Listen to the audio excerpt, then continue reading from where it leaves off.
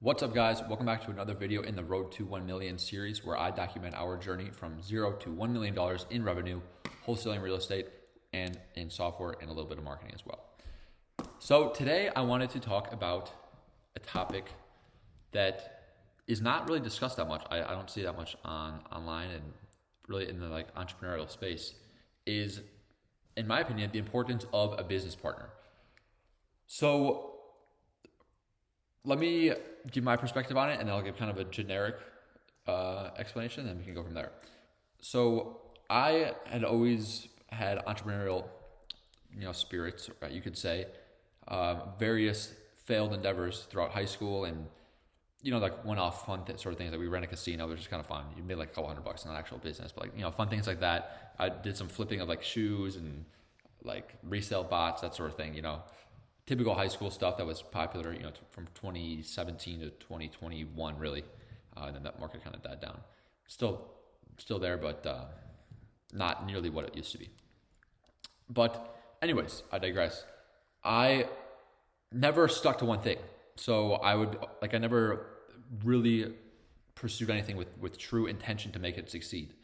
But that all changed once I found my current business partner and the guy that we started with at the time. There was a third guy, but we parted ways, just kind of different visions and different goals for our 20s, really. But without having someone that you have either as a business partner or maybe a super close mentor who you're talking to at least multiple times a week, if not daily, it is going to be extremely difficult for you to succeed. Now, obviously it happens, and you can find all these examples of people who are successful by themselves. But if you really look at like the big companies, like the greats, there's outliers. Like Bezos kind of did Amazon by himself, but not entirely. You know what I mean? Like he had a team pretty early on. And so if you're trying to make it by yourself for years on end at the beginning, which is often the case if you're trying to pursue anything entrepreneurial, there's gonna be a long season of patience and action without any results or with minimal results to the point where you're not gonna be hiring people. So you want someone who's either an equal business partner or a right-hand man. Maybe you don't give them a ton of equity, but they're someone that gets excited about the vision. They have a similar vision to you, and you can share it with them, and they can get you excited, get you riled up, keep you on the direction. Because at the end of the day, I've talked about this in previous videos, but I'll say it again, and I'll continue to say it. It's not the what. This isn't rocket science. You can figure out most of the things that you need to do to be successful and to make money up to a point. You may have to be very smart to make a multiple billion-dollar company, but up to 10 to 100 million, it's not insanely difficult.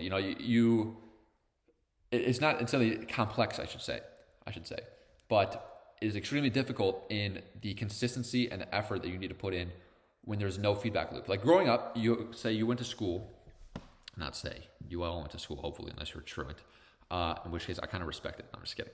But you had like an instant feedback loop. So you do an assignment and you get a grade.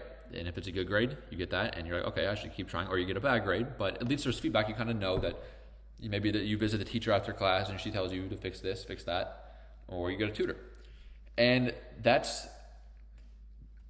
not only that, but they tell you what to do and they tell you how to do it. And so you learned how to do it and you knew what to do and how much of it. And so basically everything was sort of done for you other than just the doing, the problem. But the real life and entrepreneurship especially is not at all like that. You don't know how to do it and you don't know what you should do. And sometimes you don't even know why you're doing it. But you have to have the consistency to keep going and to trust in yourself that you will figure things out. The idea may not work, or rather the method may not work, but you have to trust in yourself that eventually you will figure it out, because you're going to bounce around inevitably unless you are the perfect dream entrepreneur where you have 100% focus, you know exactly what you need to do from the beginning, and you have like this brilliant idea that doesn't shift, which is basically impossible. That person aside, you're going to shift. You're going to do something at the beginning. You're probably going to change maybe a little bit, maybe a slight pivot, but like the same business, or a lot. You might like jump industries like we did. Now, of course, we're implementing things from our previous experience into this. So it'll keep building on itself, but it's not going to be a linear process by any means. Don't expect it to be, and it's not supposed to be.